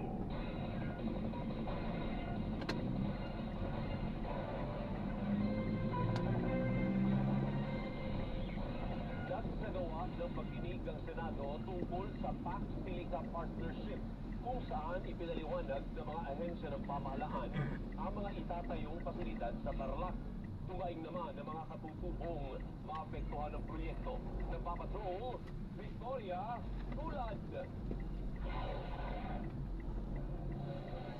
Manufacturing Ecozone at hindi Artificial Intelligence Data Hub ang itatayo umano sa New Clark City sa Tarlac sa ilalim ng Pax-Silica Partnership. Ito ang nilinaw ng Board of Investment ng Department of Trade and Industry at Bases Conversion and Development Authority sa pagdinig ng Senate Committee on Environment, Natural Resources, and Climate Change ngayong Biyernes. Para sa Clark, ang akala po ay data center. Hindi po, it will be the components that go into the data center. So we're working on the first project, which is the number 2 on the semiconductors. Clark Advanced Manufacturing Pod ang pangalan ng naturang Ecozone na isa lang sa iba-ibang proyekto na maaaring ilunsad sa ilalim ng Pax-Silica. Ayon sa DCDA, maghahanap ng ibang pagkukunan ng tubig ang mga investor sa gitna ng mga pangamba na makaaapekto ang naturang proyekto sa supply ng tubig sa komunidad. Ito to ground extraction sa mga lupa, bago sa mga residential o agriculture. So ang gusto po natin dito ay yung surface water harvesting. So nagawa po tayo ng mga para yung mga surplus water po na nasa mga ilog. Magkakaroon umano ng sewage treatment facility para sa wastewater na manggagaling sa Ecozone. Magpapatayo rin ng infrastruktura para sa supply ng kuryente. Hindi po ito kukuha sa kuryente ng general population. So ang isang alternatibo po na binitingnan dito ay battery. Pero ang battery po ay hindi pa rin naman sasapatan yung 24-hour need. So isa pong tinitingnan namin ngayon ay itong mga base load para kagaya po ng LNG. Pagtitiyak ng DCDA, lahat ng gagawin ay dadaan sa mga ahensya ng pamahalaan at dapat may environmental compliance certificates. Ayon sa BOI, isa sa mga dahilan kung bakit sumali ang Pilipinas sa Pax-Silica ay para maging technologically driven ang ekonomiya. 130,000 hanggang 190,000 direct jobs umano ang maibibigay nito sa mga Pilipino. $10 billion naman ang initial investment target, habang 68 billion hanggang 75 billion pesos ang taunang tax potential. Ayon sa Board of Investments, may maipatatayo ng basic infrastructure para sa Clark Advanced Manufacturing Park sa 2027. Wala umanong gagastusin ang Pilipinas sa proyekto at magpaparenta lamang ng lupa. Pero may mga katutubo at magsasaka na maapektuhan. Ayon sa pinuno ng indigenous community, mahigit 1,000 ang kanilang bilang. Kaya po ayaw namin umalis doon dahil andun din po yung burial ground ng mga kanununuan namin. Kung sa program sa respetuhin nyo yun, hindi magagalaw yun, as is. Kaya sabi na sa kanila. Ito po kami umabot sa ganung dialogue po. Ibinahagi naman ng mayor ng Capas Tarlac ang siste pagdating sa mga magsasaka. Sinasabi nga ng BCD, even though this is public land, binibigyan pa rin sila ng financial assistance. That is 300,000 per hectare. Perfect. Yes, but only up to 5 hectares. So meaning to say, kung farmer ka doon, ang hawak mo, let's say 12 hectares, yung 7 hectares, kukunin ng BCD yung bas nabanggit mo. Giit ni Rodriguez, hindi sila kinonsulta tungkol sa tax delica. Ayon sa DCDA, magkakaroon sila ng pulong kasama ang mga opisyal ng Tarlac sa August 19 at pupulungin ang mga gobernador at mayor ng Region 3 sa August 26. Para sa ilang senador, magkatutulong ang Tax Delica Initiative pero dapat may mga kondisyong mahigpit na ipatupad. Dapat po itong initiative na ito ay sang-ayon po sa ating mga sang-ayon sa ating saligang batas at sang-ayon po sa ating local laws. Importante po na makatarungan po ang ating pagtrato po sa ating mga magsasaka at ating mga katutubo. Hindi po lang magkaroon tayo ng comprehensive multidisciplinary study covering not just the technical and economic aspects but most importantly the environmental and social impacts. Samantala, natanong si Pangulong Ferdinand Marcos Jr. tungkol sa isyu ng posibleng pagkasira ng kalikasan dahil sa naturang proyekto sa ilalim ng Tax Delica. I cannot see how another country can come that would exploit all minerals without the agreement of In 60 meters, turn left and continue on safe. Magkakaroon naman ng susunod na pagdinig sa Senado tungkol sa Tax Delica. Victoria Tulad, ABS-CBN News. Ibinunyag ni dating Public Works Secretary Manuel Bunuan na nabuo ang tinawag niyang Senate Leadership Fund matapos mapahala si Pangulong Ferdinand Marcos Jr. sa malaking bawas sa DPWH budget ng ahensya at sa mga isinisingit na proyekto ng mga mambabatas. Iginiit naman ng Malacanang na walang nalalaman ang Pangulo sa naturang pondo. In 80 Nagpapatrol meters, Cassandra turn left Salonga. onto Siputi Road. Kasino pa ang salaysay na isinumite sa Sandigan Bayan 3rd Division kaugnay ng acquisition case ni dating Senador Ramon Bonavilla Jr. Sinabi ni dating Public Works Secretary Manuel Bunuan na umabot sa higit 8,000 proyekto ang isiningit umano ng mga magbabata sa 2023 General Appropriations Act na hindi kasama sa orihinal na panukalang budget ng DPWH, kaya malaki aniya ang nakaltas sa pondo at may mga binago sa mga programa at proyekto ng ahensya. Iniulat ito ni Bunuan kay Pangulong Ferdinand Marcos Jr. na naalarma umano at nagsabing hindi ito dapat magpatuloy dahil maaaring maapektuhan ang mga programa ng pamahalaan, partikular sa infrastruktura. Ani Bunuan, bilang solusyon na nilikha ang tinawag nilang Senate Leadership Fund, isang ad hoc allocation para maisama sa proposed DPWH budget ang priority infrastructure projects ng mga senador.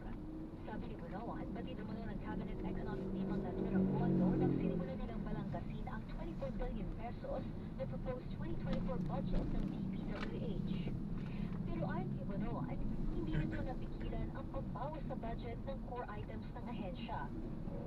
Sa kanyang testimonya, sinabi ni Bunuan sa Sandigan Bayan na hindi bababa sa 500 million pesos ang allocation ng bawat senador sa Leadership Fund habang umaabot sa 1 bilyong piso ang maaaring matanggap ng mga chairperson ng major Senate committees. Aniya may discretion dito ay Senate President Juan Miguel Zubiri sa allocation ng bawat senador, bagay na maring itinanggi ni Zubiri. Sinabi rin ni Bonoan na lahat ng nakaupo noong 2024 na Senado ay nakinabang sa leadership fund para sa fiscal year 2025. Itinanggi naman ng mga senador ang mga naturang pahayag ni Bonoan. Paliwanag ni Bonoan sa kanyang affidavit, may kahalintuan na sistema rin umano para sa mga miyembro ng Kamara kung saan nasa 500 million pesos ang baseline allocation sa bawat regular congressional district at 120 million pesos sa bawat party list lawmaker noong 2023 at 2024. Itinaas naman ang alokasyon para sa party list congressman sa 150 milyong piso noong 2025. Pero si Congressman Zia Alonso Adjong, wala silang alam sa naturang leadership fund.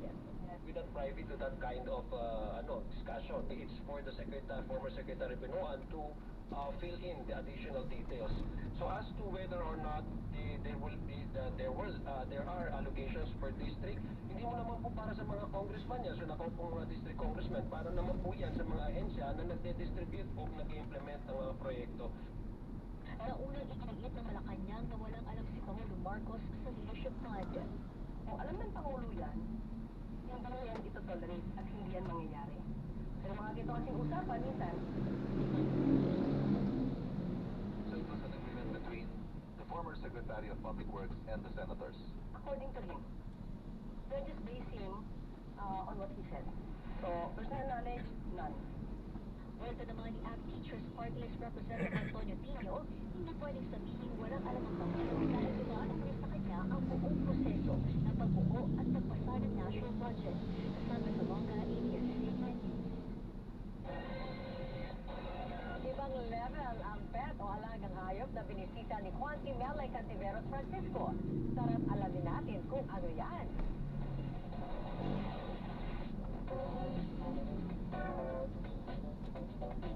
Guys, andito ako ngayon kasi meron daw akong makikilala o makikita na ibang level na alaga. Ano ba siya? Ipis! Ipis! Yes po. Bakit po siyang ipis? Baka lumipad yan! Hindi po. Iba po siya sa karaniwang ipis po. Yun ang kaibahan nila po sa ipis ng baka. So yan, saan nyo pa sila nakuha yung mga ipis niya?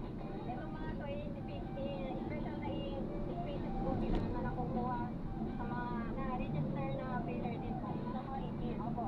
Ano ang nakukuha na happiness ng may-ari nito? Nakakawala din po siya kasi ng stress. Pag nakikita mo siya, lalo pag nanganganak na po siya, sobrang dami ng beef. Stress ako sa ginagawa niya. Nakakawala kayo ng stress.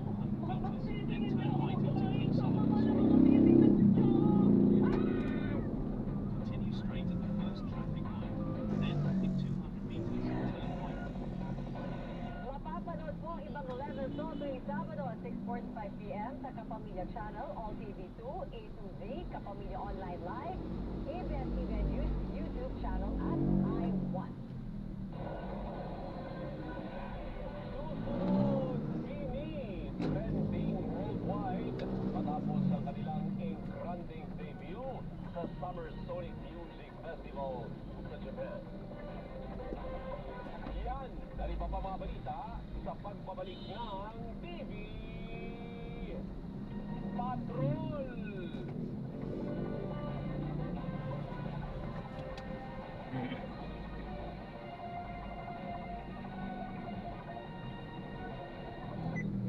Para sa karagdagang impormasyon, visit www.gmanetwork.com/donate. Pagbayanihan tayo, mga kapuso. Ang inyong mga pinagkakatiwalaan sa pagpamalita, Orly Trinidad, Piero del Prado, Joel Reyes Soler, at Rowena Salvacion. Tutok na sa Super Radio DWB at WTV.